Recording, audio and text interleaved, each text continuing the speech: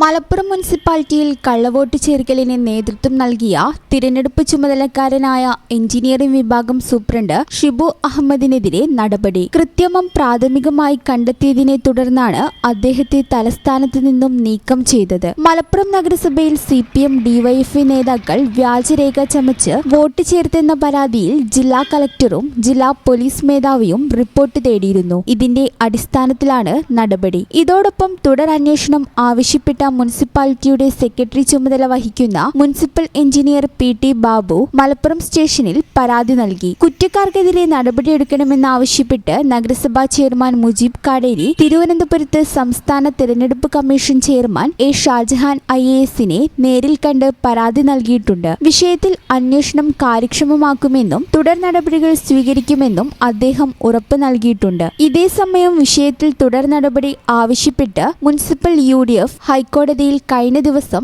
Writ file ചെയ്തു. അതേസമയം വ്യാജമായി പട്ടികയിൽ ഉൾപ്പെട്ട ഒരാളുടെ വിവരങ്ങൾ കൂടി കണ്ടെത്തിയെന്നും ഇതോടെ ആകെ 9 പേരെ വ്യാജരേഖ ചമച്ച് വോട്ടർ പട്ടികയിൽ ഉൾപ്പെടുത്തിയെന്നും UDF പറഞ്ഞു. അതിനിടെ പുതുതായി വോട്ട് ചേർക്കപ്പെട്ടവരോട് രേഖകൾ സഹിതം നഗരസഭയിൽ തെളിവെടുപ്പിന് എത്തണമെന്ന് കഴിഞ്ഞ ദിവസം ആവശ്യപ്പെട്ടിരുന്നെങ്കിലും ആരും ഹാജരായില്ല. ഹിയറിംഗ് ഉദ്യോഗസ്ഥന് മുന്നിൽ 7 പേരോടാണ് ഹാജരാകാൻ നിർദ്ദേശിച്ചത്. SSLC ബുക്ക് തിരുത്തിയാണ് CPM ജയിച്ച 3 വാർഡുകളിൽ വ്യാജ വോട്ട് ചേർത്തതെന്നും 18 തികയാത്തവരെ അടക്കം പട്ടികയിൽ ഉൾപ്പെടുത്തിയതടക്കമുള്ള രേഖകൾ UDF പുറത്തുവിട്ടിരുന്നു.